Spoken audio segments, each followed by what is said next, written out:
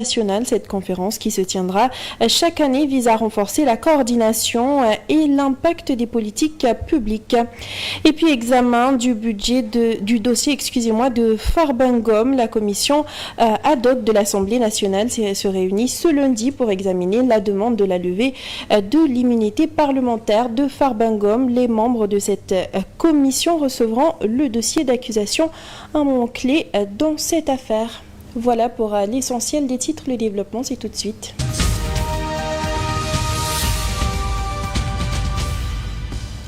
La conférence des administrateurs et managers publics s'est tenue à Diamniadio ce matin. La cérémonie a été présidée par le chef de l'État, Bassirou Diomaye Faye. Dans son allocution, le chef de l'État a affirmé que c'est un impératif de bonne gouvernance que toute décision telle que la budgétisation, le recrutement ou encore le partenariat soit validée par l'autorité ministérielle. Propos recueillis par Moussa Mané Omar Beng. C'est un impératif de bonne gouvernance.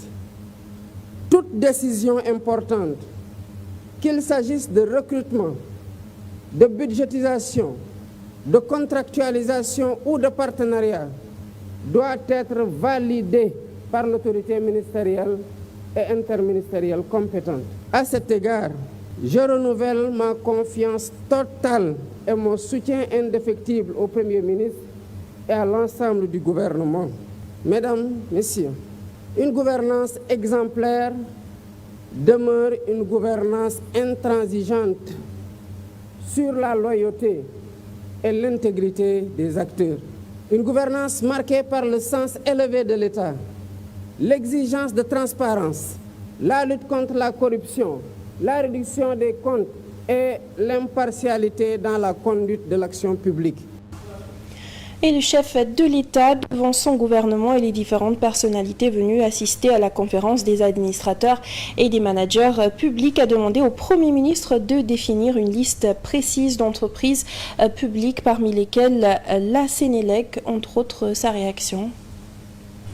Je demande en outre au Premier ministre, en coordination avec le ministre secrétaire général de la Présidence de la République, de définir une liste précise d'entreprises publiques stratégiques, parmi lesquelles certainement la Sénélec, Petrosen, la SAR, Air Sénégal, le FONSIS, le groupe La Poste ou encore le port autonome de Dakar. L'énumération, évidemment, n'est pas exhaustive. Leurs modes de gouvernance devront être renforcés afin d'instaurer un contrôle rigoureux et permanent de leurs activités et de leurs performances. Le sens des responsabilités des agents de l'administration était aussi au cœur du discours du chef de l'État. Selon le président Bassirou Diomaye Faye, ainsi que la candidature pour certains postes de responsabilité sera bientôt effectif. C'est l'esprit Jubal Jubanti de la lettre du 8 avril 2024 que j'ai adressée à chaque agent de l'administration du Sénégal. Nous avons également un consensus inaltérable à entretenir. C'est le sens des responsabilités. D'où cette priorité que j'attache à l'encadrement supérieur de l'État et de ses démembrements. Un système d'appel à candidature pour certains postes de responsabilité sera bientôt opérationnel. Nous l'avons déjà enclenché d'ailleurs ce processus au niveau de la Commission nationale des droits de l'homme. Et puis très rapidement, dans le secteur des médias, l'accès à la maison de la presse a été interdit ce matin aux patrons de presse. Selon le CEDEPS, le directeur de la maison de la presse, Sambo Biagui, a instruit à ses collaborateurs de ne pas laisser les patrons de presse accéder à la maison de presse alors qu'il était annoncé une conférence de presse ce lundi matin, bien sûr par ces patrons de presse. Nous reviendrons avec plus de détails sur cette information dans nos prochaines éditions. En attendant, nous l'annoncions également dans les titres, la commission ad hoc de l'Assemblée nationale chargée d'examiner la demande de la levée de l'immunité parlementaire de Farbanghum se réunit ce lundi, composée de 11 membres. La commission recevra le dossier d'accusation et entamera ainsi l'examen de cette demande qui suscite de nombreuses attentes. A rappelé que la levée de l'immunité parlementaire pourrait ouvrir la voie à des poursuites judiciaires. Et toujours dans le sillage de cette affaire, en marge de la préparation de la marche de protestation contre cette procédure judiciaire dont fait l'objet Farbangom, les amis et sympathisants du maire des Agnam ont décidé de lancer une campagne de collecte de fonds à un montant de plus de 19 millions de francs CFA a ainsi déjà été collecté, mais ses partisans dénoncent un acharnement du régime et appellent à la résistance. Depuis l'événement de l'honorable député Farbangom, on a noté des bonnes volontés qui se sont réunies uniquement pour défendre l'honorable député Farbangom. C'est pour cela que les bonnes volontés ont réuni à collecter des fonds. Tous ces gens-là, leur seul but c'est de lutter contre l'injustice. Vous savez très bien ce qui se passe dans ce pays et ça ne peut pas prospérer. Nous, jeunes d'abord du département, jeunes du Fouta, nous aussi jeunes contre l'injustice, on réunit à collecter ces fonds. On va lutter contre l'injustice, on va résister, on va descendre à Agnam. Nous appelons aussi tout le monde. Sur la scène politique toujours, les jeunes du mouvement Taxawu Sénégal ont décidé de porter le combat aux côtés de l'ancien maire de Dakar. En conférence de presse, ces jeunes ont dénoncé un abus de la part des nouvelles autorités à l'encontre de Barthélémy Dias. Selon eux, cette affaire relève d'un complot sciemment orchestré pour liquider un adversaire politique. Ils réaffirment leur soutien à Barthélémy Dias et comptent aller jusqu'au bout de leur combat. Le maire de Dakar, M. Barthélémy Dias, fait face à une tempête politique inédite qui soulève des inquiétudes sur l'état de notre démocratie. La tentative de discréditer un maire qui, pour son travail acharné, s'efforce à transformer Dakar en une métropole moderne et accessible apparaît comme une tentative de liquidation d'un adversaire politique potentiel. Les actes portés contre M. le maire Barthélémy Dias sont empreintes de manipulation politique où la justice est vraiment instrumentalisée. Cette situation ne se limite pas à défendre un homme, mais représente un combat plus large contre la calomnie et la méchanceté qui semblent guider cette cascade Dakar. Les Dakaroises et les Dakarois qui ont élu M. le maire Barthélémy Dias au suffrage universel direct méritent de voir leur choix respecté. Nous, Taxawu Sénégal, réaffirmons notre soutien à notre camarade et frère, M. le maire Barthélémy Dias. En tant que militants de Taxawu Sénégal, nous devons être unis et défendre les droits de chacun, car c'est en protégeant nos élus que nous protégeons notre démocratie. Parlant santé, hors de Dakar à présent, le ministre de la Santé et de l'Action sociale a effectué une tournée de Kolda où les acteurs de la santé ont pu exprimer les difficultés auxquelles ils sont confrontés. En réponse, le ministre a demandé au directeur régional de la santé de procéder à une évaluation des chantiers inachevés afin de trouver des solutions adaptées à ces problématiques. Aujourd'hui, chaque point abordé constitue une problématique de nature à attirer l'attention. Les acteurs de la santé s'adressent à leur ministre de tutelle. Kolda exprime ses doléances. À vrai dire, le système de santé se montre très mal à point dans les 3 départements que compte la région. En tout cas, la gestion des ambulances, le problème des ambulances, en tout cas, nous empêche de dormir. Parce qu'à tout moment, on nous appelle. Surtout moi, on m'appelle toute la nuit pour me dire que docteur, j'ai une évacuation. Tu ne peux plus dormir. Tu appelles l'ambulance du centre de santé, l'ambulance te dit, le chauffeur te dit que je suis en route pour aller évacuer. Médina Yoro Foulah, depuis plus de 5 mois, n'a pas de pharmacien. Parce que celui qui était là est parti, il n'y a pas de pharmacien. Belengara a une pharmacienne, mais qui est communautaire. Et vous savez, les acteurs communautaires, quand tu as un collègue qui est communautaire, tu es gêné de lui demander certains travaux. Parce que tu sais combien on le paye. À Kolda, le ministre Ibrahima Sy est venu constater de visu le fonctionnement des structures de santé. Nous sommes à l'hôpital régional de Kolda, un établissement de santé publique de niveau 2. L'hôpital, je le dirai plus tard, par rapport à sa zone d'érection, qui est une zone relativement basse, le ministre l'a constaté, ce qui fait que c'est une zone marécageuse, donc ça occasionne des difficultés majeures en termes d'entretien de l'infrastructure. Manque de personnel, d'équipement et d'ambulance, voici le constat dans la région. S'y ajoute l'arrêt de certains travaux de construction d'infrastructures de santé, une situation évoquée avec amertume. Ibrahima Sy, ministre de la Santé et de l'Action sociale, prend note et exige l'évaluation de chaque acte posé, particulièrement dans la construction d'infrastructures de santé. Le DRS essaie d'évaluer toutes ces initiatives de construction des infrastructures, mais qui ne sont pas terminées encore, pour comprendre les problèmes qui se sont posés. On avait parlé de PASM. PASM, j'ai le dossier, je connais le problème qui s'est posé. Il y a PUDC, il y a PUMA, mais il y a aussi le BCI. Ce serait bien qu'on puisse savoir les problèmes et qu'on puisse voir comment les surmonter. À Médina Yoro Fula, comme à Kolda et à Vélingara, le cas des contractuels a été abordé avec insistance. En réalité, ils deviennent de plus en plus nombreux dans les structures de santé. Le ministre promet d'y apporter une solution, mais de façon progressive.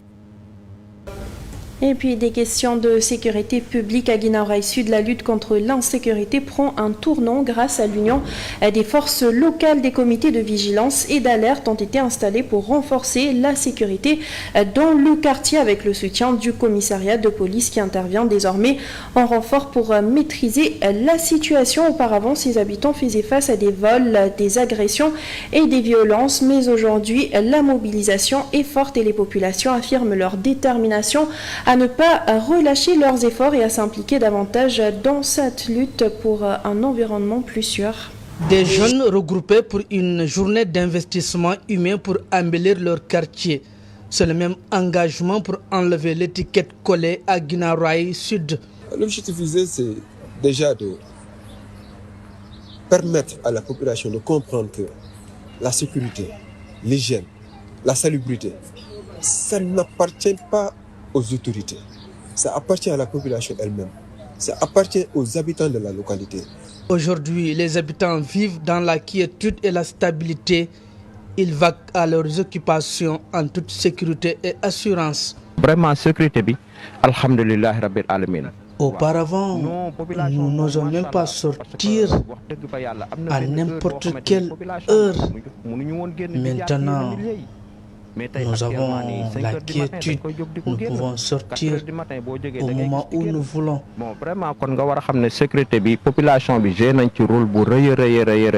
L'implication de tous les acteurs a contribué au renforcement de la sécurité dans la commune. Tout le monde savait que si on parle de Guinaw Rail, on pense aussitôt à l'insécurité, meurtre, ou bien vol, ou bien la drogue. Mais aujourd'hui, nous avons constaté que Guinaw Rail a évolué par les mentalités. Guinaw Rail a évolué par rapport aussi à la prise en charge de l'État de la sécurité, en installant un commissariat au niveau de Guinaw Rail, mais aussi les populations aussi ont pris la latitude de s'organiser en comité de vigilance, à faire des sensibilisations dans la sécurité. L'érection du commissariat d'arrondissement depuis 10 ans a joué un grand rôle pour lutter contre l'insécurité et autres. Les populations réitèrent leur devoir pour un Guinaw Rail Sud de joie et de sécurité. Une note de sport à présent, 12e journée de Ligue 1. 3 matchs ont été joués en attendant la suite du programme entre ce lundi et demain. Le Tanguet FC continue sa dégringolade au classement après son nul face au Casasport. Plus rien ne va pour ce qui est du Japon de Vatic, toujours à la peine. Faisons le point avec Grégoire Gomme. Le challenge continue d'être dur, mais les équipes de la Ligue 1 sénégalaise tiennent toujours la route. Dans cette 12e journée assez particulière, 3 matchs ont été joués. Le Casasport, dans le dur, a tenu un échec le Tanguet FC dans une rencontre qui a fini par un match nul et vierge 0 but partout. Le champion en titre continue ainsi sa dégringolade au classement en concédant son 5e match nul de la saison. L'autre rencontre de ce dimanche opposait la Sonacos de Diourbel à la Lanterne Rouge. Le Diamano de Fatick. Les deux équipes se sont quittées sur un score de parité. L'équipe du Sine Saloum reste ainsi dernière du championnat avec un seul point au compteur. Autre rencontre et unique victoire de cette 12e journée pour le moment. La Gel de Rufisque qui recevait le Dakar Sacré-Cœur. 3 buts ont été marqués, avantage rufisquois 2-2. Cette 12e journée se poursuit donc ce lundi avec le choc Oslo Génération Foot au stade des Parcelles Assainies à 17h. La Linguère de Saint-Louis recevra l'Union sportive de Gorée au stade municipal de Kébémer. Deux rencontres assez importantes en attendant le choc Ouakam-Pikine de ce mardi ou encore Walidan HLM de Dakar. Au classement, Gorée reste premier avec ses 26 points, suivi par Walidan et Oslo. Le statu quo se poursuit dans le ventre mou du championnat entre le Teungueth FC, la Sonacos de Diourbel ou encore Guédiawaye FC. En bas du tableau, plus rien ne va pour le Diamano de Fatick, 16e. À l'international, à présent très rapidement aux États-Unis, ce lundi, Donald Trump prête serment pour entamer son nouveau mandat à la présidence des États-Unis. Lors de son meeting de pré-investiture hier, il a promis de prendre des mesures immédiates, notamment sur l'immigration et la suppression de certaines politiques favorisant la diversité dans l'administration. Parmi ses premières actions, Donald Trump devrait déclarer l'état d'urgence à la frontière avec le Mexique et également lever l'interdiction de l'application TikTok. L'investiture sera marquée par la présence de plusieurs personnalités internationales, dont le président chinois Xi Jinping, qui sera représenté par une délégation. Ce début de mandat s'annonce ainsi comme un événement international majeur avec des répercussions sur les politiques internes et internationales des États-Unis. Et nous passons tout de suite à la revue de presse.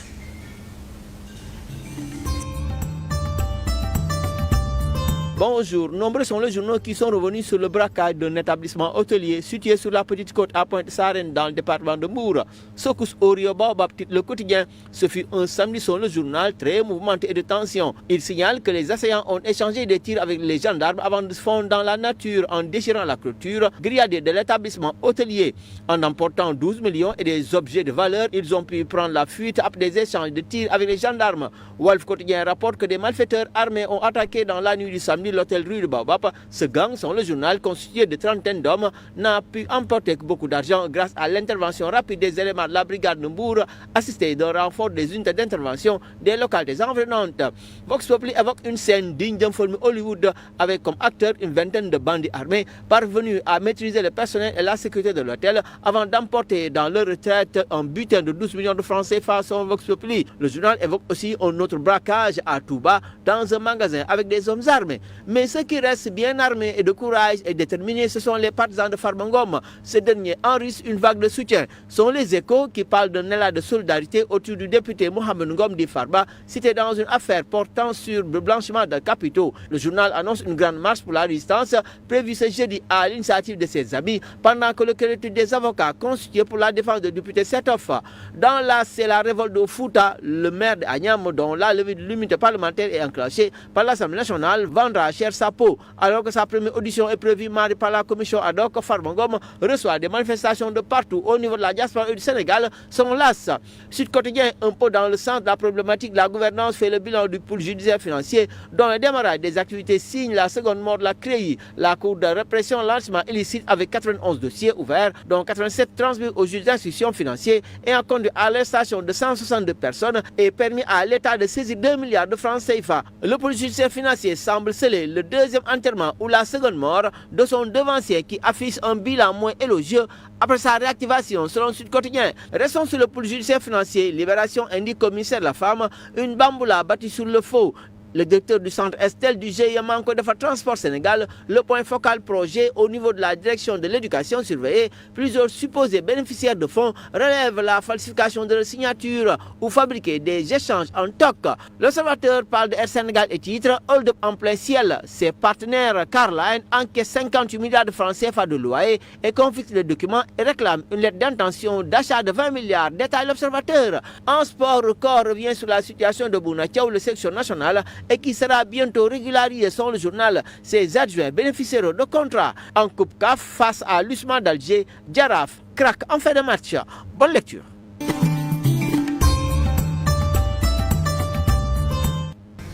C'est la fin de ce journal. Merci à vous de l'avoir suivi. À 14h, vous avez le Wolof. Merci, bonne suite de programme sur la 7 TV.